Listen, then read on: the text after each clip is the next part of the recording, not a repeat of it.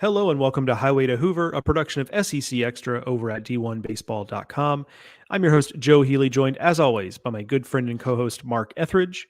We are continuing our team preview series of podcasts here on Highway to Hoover, and today we're going to talk the Missouri Tigers, a changing of the guard in Missouri. Coaching change, Steve Beazer out, Kerrick Jackson in, although only kind of a changing of the guard. Tim Jamieson, longtime head coach, now in as the pitching coach. Kerrick Jackson was an assistant under Tim Jamieson. So while it is a new coaching staff, it is a familiar coaching staff at Mizzou. And you know, we'll get into it, but certainly I think you can take that as maybe a positive step for this program. Yeah. But we will jump into that here just in a second. But first, I have to let you know that this episode of Highway to Hoover and every episode of Highway to Hoover is brought to you by Pitch Logic, the system used by players, coaches, scouts, and instructors at all levels of play, from youth leagues to the big leagues.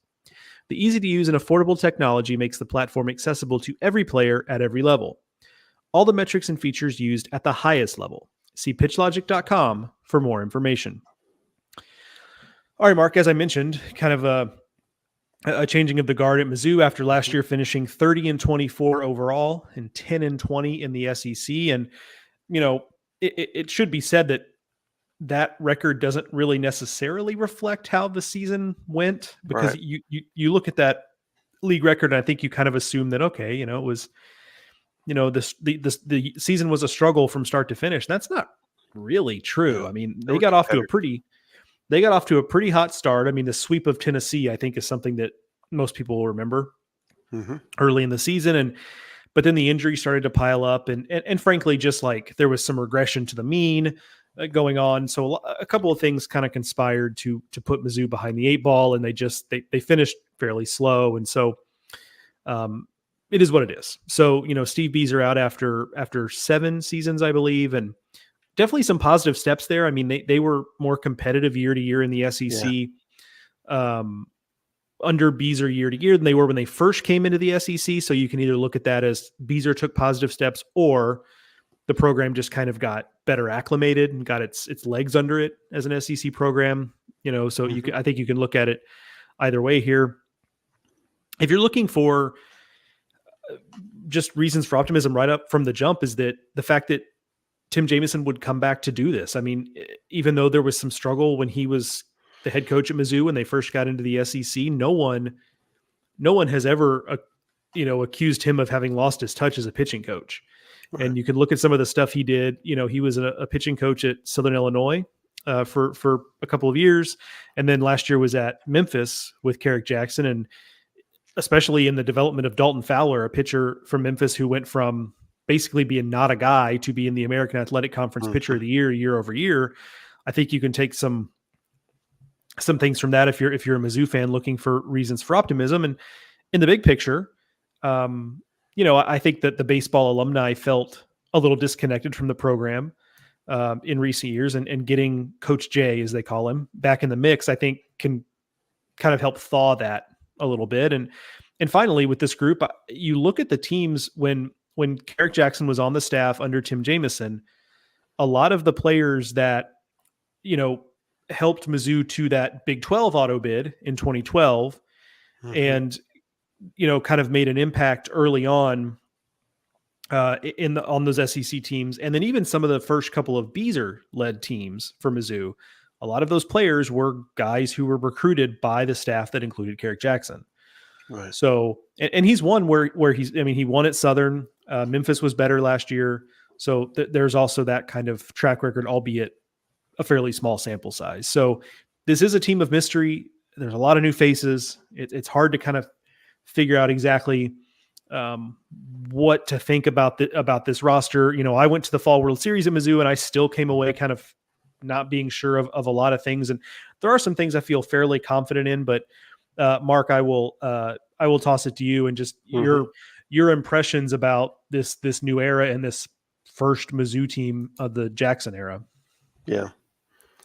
I think where I'll start is, you know, if you're a Missouri fan, you need to go find Joe's story on Tim Jamieson and how it came about that he came back to Missouri, because that obviously wasn't the most natural return. You know, you're the head coach and you come back as as the assistant, the pitching coach. So I thought that was really interesting. It's on D1. You can go find it if you're so inclined. I think the other thing is, I don't know that, Missouri struggled because Steve Beazer wasn't a good baseball coach. Every year we picked them last, or someone picked them last if we didn't, and they never finished last, or rarely did. Okay, so they found ways to overachieve every year, even though, let's be honest, they don't have as many advantages as other teams that they're competing against. So it will be interesting this year because you know what? We're picking Missouri last, and so is everyone else, because the SEC is just that good, and we know, next to nothing about Missouri's talent level. A lot of the players have moved on. Some of the, there are a few that return that will help guide them as they try to make exceed expectations this year. But when you have so many different players, so many new players, so many changes in your program, there's always going to be that doubt, and that's why people are going to pick them where where they are. So this is an interesting year, for Kerrick, for the program in general, to lay your foundation, to give that proof of concept that, hey, I know what I have a plan here. I know what I want to do. I know how this is going to work and how this is going to look year after year. And that's what we want to see. No one's expecting them to go to Omaha, but I do think that, showing some signs and being competitive and going into these series and not losing, 8-2 every day, being able to go out and be competitive, shows, it gives that sense that, okay, well, this is the trajectory is going in the right direction, and that's going to speak to recruits. And in today's world with the transfer portal, you can flip your roster pretty quickly, and I think that's what people are going to want to see in Kerrick's first year. And because of that, and also because of the and I'll let you get into this, but just what you saw this fall was it's going to be a more aggressive kind of offense, an attacking style, and because of that, you'll be able to get those certain kind of players, right, who maybe aren't going somewhere else because they don't have all of the different attributes that everyone looks for, but maybe they have what Missouri's looking for, and then they can cultivate that and continue that upward trajectory. So I do think that there's an opportunity to do something different, and if you're at the bottom of the SEC in resources and facilities and all these kinds of things, that uphill battle we always talk about with Mizzou, if you can find an advantage or find a nuance that is different than everyone else, then I think that's worth exploring, and I think that's where we are with Kerrick. But I'd love to get your thoughts on it, Joe. No, I think that's right. And you mentioned that it's important that we acknowledge that Steve Beazer did not forget how to coach baseball. Yeah. The team, I mean, they had some close shaves. I think 2017 and 2019 in particular, I think I have those years right, were particularly close shaves. And then they had a couple of years that were tough, and then last year the injuries. And but at the same time, like, two things can be true. Like, I did think his staff, especially with their assistant coaching turnover, they had a lot of assistant coaching turnover for the reasons of, like, guys getting hired away. So you knew they were hiring, like, guys that were good at their jobs because they were getting pulled away. But, so I think that staff did a good job. But at the same time, you and I on the episode about Mississippi State talked about, well, Scott Foxhall is a good pitching coach, but sometimes things just get stale. You need a change. And with Mizzou, I think it's just like, look, 7 years on the job, just it hasn't quite taken. It can be time to just try something else at a certain point, right? And and you bring up the team, being a more aggressive team offensively. I think we'll see that. If there's one thing this team does have, maybe at an above average SEC level offensively, it's foot speed. And so I think it's going to be a team that is just going to try to create some chaos. And look, if you look at the Kentucky model from last year, now Kentucky last year's kind of team, a much more certain team, a better team. Yeah. I think on paper, they hit a lot, right? Yeah. Right. So. But I think there is an opportunity for Mizzou to do something fairly similar here. Mm-hmm. So, we'll have to see, but I mean, you look up and down the lineup and it's athlete after, Trevor Austin's a decent runner. He's not a great runner. Same thing with Matt Garcia, but Jarrett Curtis, Texas Tech transfer, one of the fastest guys in the SEC, Caden Pierce is a good runner. One of the other outfielders, and they've got guys on a couple of Memphis transfers that came with Kerrick from Memphis, a couple guys in the outfield who can really run. They're just going to try to make things happen, and they're just going to have to. Like there's to me, there's not really an obvious middle of the order bat in the same way that we can't look at it last year and it's like, well, we know Luke Mann's going to run into like 15 home runs, right? And he ended up hitting way more than that. He had a great year. There's not that same kind of guy. Like Trevor Austin is a known commodity, but he's not the same type of hitter. He's not a thumper, right. He's more of like a top of the order guy, or he could be a 3-hole hitter, but he's just not going to be the same type of power guy. So, that there's some, you just kind of understand what you're getting offensively. I do think, however, and some of this is the Coach J effect, the arm talent is pretty good. Like, I think in terms of now, is it an above average staff in terms of just raw arm talent? No, not within the SEC. Right. But Logan Lunsford is a guy who I really like. I know you like him. Like he looked like a future Friday guy at times last year. Bryce Mayer is coming back from an injury. He was a JUCO transfer coming into last season, was, probably going to have a prominent role last year and then got lost for the season due to injury. Carter Rustad was out most of last year with injury. He was a transfer from San Diego a couple of years ago, has really good arm strength. So there are, guys with stuff, and there's some guys with some results. Javen Pimentel has been on this team a couple of years and had good results. Ian Losey is healthy and should be, back to being the guy he was, 2 years ago. So that unit, I feel like if we assume that Coach Jamieson being there is going to maybe level that group up a little bit, if they can stay healthier, I do think there's an opportunity for them to pitch it okay. Because, frankly, last year, they pitched it better than I thought they would when the injuries started to really pile up, honestly. Like, if we're being honest, like there were several other teams that pitched it worse than they did even after the injuries piled up on Mizzou. So for me, if Mizzou is going to surprise and finish not just out of the cellar of the SEC, but really put a scare into some teams, to me, it's going to be about run prevention and winning close, low scoring games. I just think that's going to kind of have to be what it is for Mizzou to be more competitive. Yeah. Yeah. And, if you're a Mizzou fan, you always have to wonder what, 2023 would have been if your pitchers stay healthy.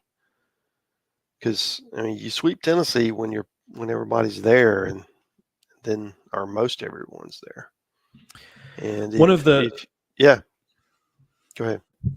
I was going to say, with if they keep that group together and guys continue to, develop as they did, after the injuries, by the end of the year, that's a whole different kind of club to deal with. And maybe we're having a whole different conversation about the Mizzou program and Beezer, and maybe the job doesn't even open because, that they stayed healthy. It's easy to say now, but if they stay healthy, I think it's a regional team. But that's easy to say now, of course, because we have, the counterfactual, of course. But one of the big picture things I think I'll leave the listeners with is I'll say this.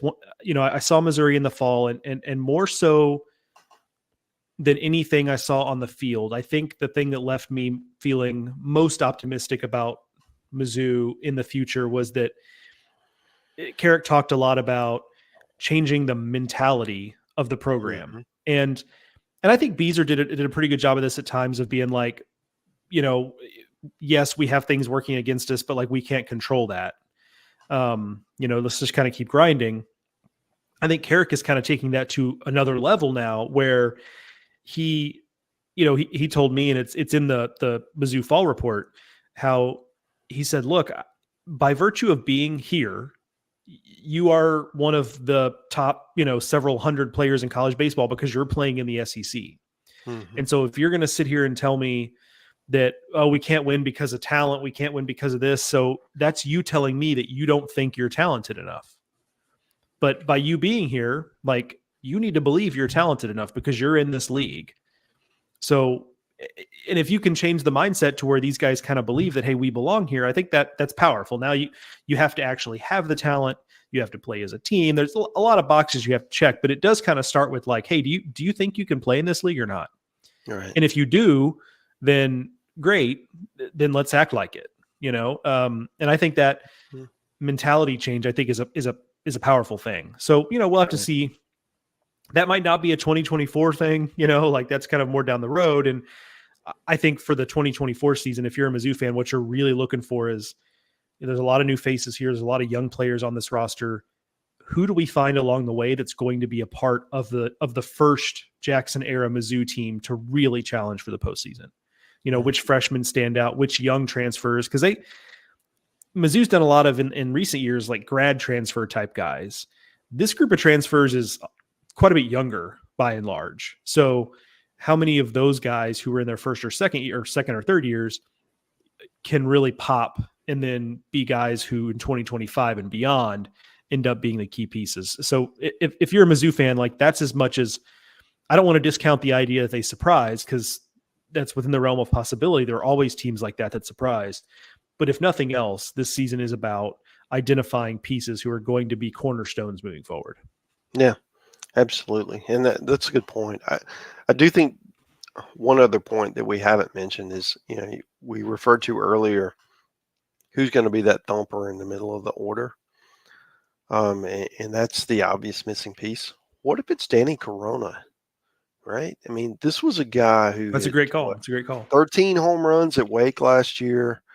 Granted, different ballpark, different league, all these different factors, different school, but he's certainly capable, and guys continue to get better as they continue their career. Yeah, what if he comes through and is that guy in the middle of the lineup? I mean, you pair him with Austin and Jackson Lovich. I mean, you have some pieces in the middle of that lineup, and we talked about all the havoc that they could potentially wreck, with speed on top of the lineup and getting guys pitches to hit.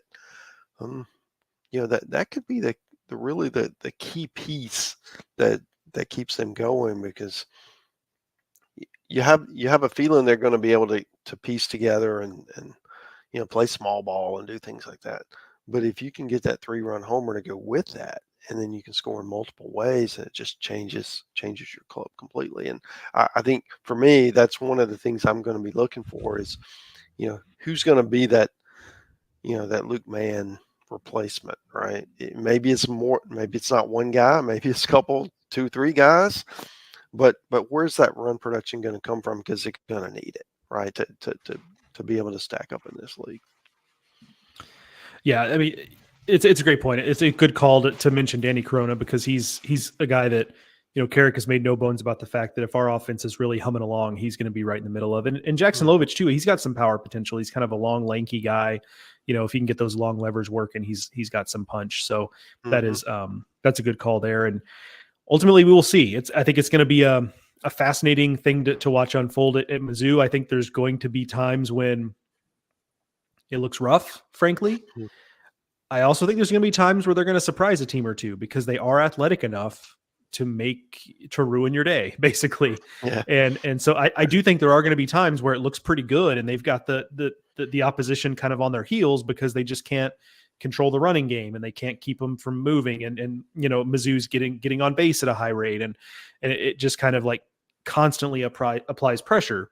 So I think it's going to be a season of multitudes for Mizzou, but we will, of course, have to see how that plays out come opening day here shortly. Mm-hmm. that is going to do it for this edition of Highway to Hoover, a production of SEC Extra over at d1baseball.com.